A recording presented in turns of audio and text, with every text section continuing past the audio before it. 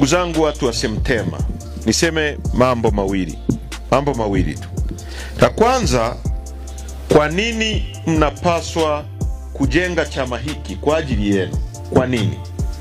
La pili, kwa nini tulitafuta uhuru wa nchi yetu? Mwaka 61, kuanzia miaka ya 50 tuseme, mpaka mwaka 61 tulipopata uhuru, Mwalimu alisema tunataka uhuru wa nchi yetu. Na wakati huo, kumbuka, nyie Wahehe ni miongoni mwa watu mlioko kwenye historia, watu wa Iringa hasa, kwenye kupigania uhuru wa nchi yetu. Uongo kweli? Nyie mna historia kubwa. Kwa Mwalimu alipokuja kutafuta uhuru, kutaka uhuru, nyie watu wa Iringa na Wahehe mlishaanza tangu zama za Mkwawa. Nasema uongo?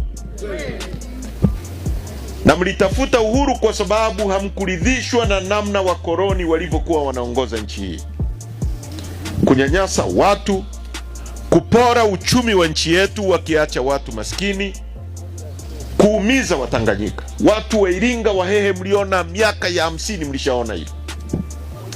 Kwa hiyo mna kila sababu sasa kupigania tena uhuru wa mara ya pili, uhuru wa nyie kutoa mawazo yenu katika uendeshaji wa nchi, kwa maana ya kwamba kuruhusiwa kufanya uchaguzi.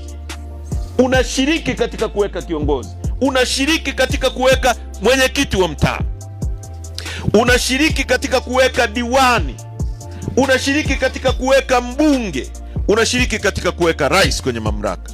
Na ukimweka diwani, ukimweka mbunge, ukimweka rais, huyo mtu atawajibika kwako.